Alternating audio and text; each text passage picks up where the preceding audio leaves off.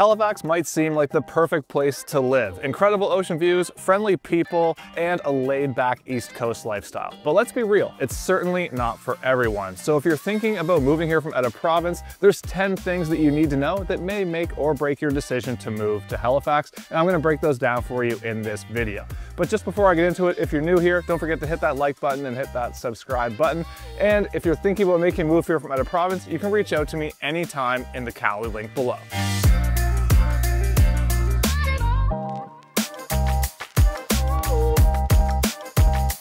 All right, getting right into it, since this is a real estate channel, let's start off by talking about the Halifax housing crisis. We have a serious lack of housing supply, both on the rental and resale front. We're not building nearly enough homes to keep up with the growing population. Our homeless population is growing and now sits around 1,300 people in Halifax, and there's more and more tents and homeless encampments popping up all over the city. Our home prices have skyrocketed by over 60% in the last 5 years, and the affordability gap between average wages and average home prices continues to grow year over year. Next up, the job market. While some sectors are still expanding, the overall economy here is certainly lagging behind bigger cities like Toronto or Vancouver. Outside of government, healthcare, and some tech jobs, career opportunities can be scarce, especially for higher paying roles. Many employers prefer to hire locals with connections, making it harder for outsiders to break in. Many jobs in tourism, retail, and hospitality are seasonal, leading to job insecurity. Next up, low wages. So the latest data from Stats Canada shows that we are the third lowest wages and average salaries across the country, only in front of New Brunswick and PEI. Unfortunately, the cost of living has been skyrocketing over the past 5 years, and the wages simply have not been keeping up, meaning the affordability gap continues to get wider and wider. Now, even with some of the lowest wages in the country, along with a very tough job market, we have some of the highest cost of living in Canada.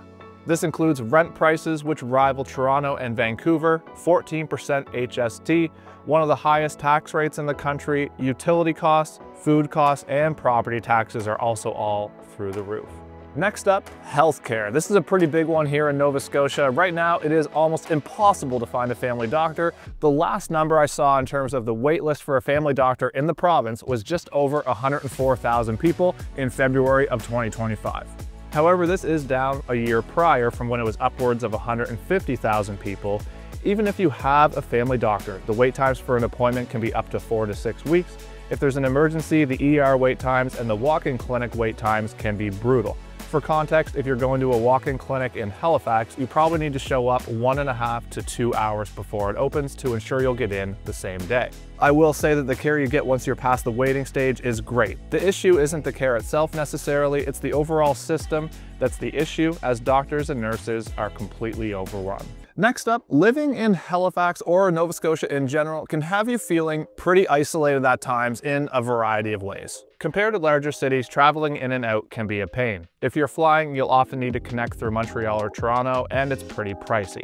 From an entertainment perspective, it's a lot more lackluster in Halifax compared to some bigger cities like Toronto or Vancouver in terms of the types of concerts you'll want to see or in terms of the sporting events that you can attend. Next up, infrastructure.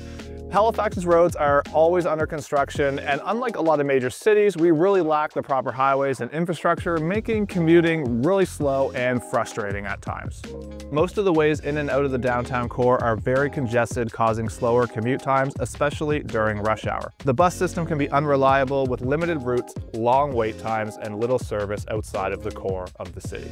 Next up, crime rate. So over the last few years especially, the overall crime rate in Halifax has certainly been on the rise, with a lot more crime like robberies and even some homicides in the area. Almost daily when you're looking at the news, you're seeing more and more stories that seem to be hitting closer and closer to home. That being said, our crime index has us sitting below the national average, and I would still consider Halifax a fairly safe place to live, and there are several very safe family-focused neighborhoods, especially in the suburbs.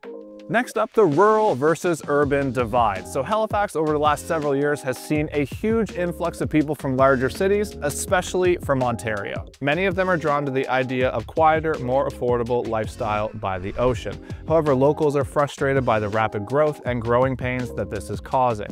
A lot of locals are being priced out of the market, and they blame the growing population, like newcomers in this case.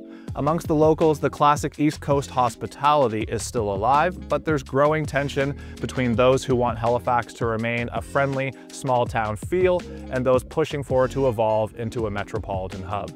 Last but not least, we have the weather. So the weather on the East Coast as a general statement is not incredible, and it can be quite unpredictable at times. Though we have beautiful summers and usually get a great fall season, the weather can be pretty unpredictable. Halifax sees a lot of overcast, misty, and rainy weather, which can be depressing for people used to sunnier climates. The winters can be harsh with snow and ice storms and bone-chilling wind, and not to mention the fall brings high risk of hurricanes most years. So there you have it. There's 10 things that you need to know before making a move to Halifax. And if you'd like to connect with me to learn more about Halifax, to figure out if it's the right fit for you, you can reach out to me anytime in the Calendar link below. And if you're new here, don't forget to hit that like button and hit that subscribe button so you don't miss any of my future content. And until next time, thanks for watching and have a great day.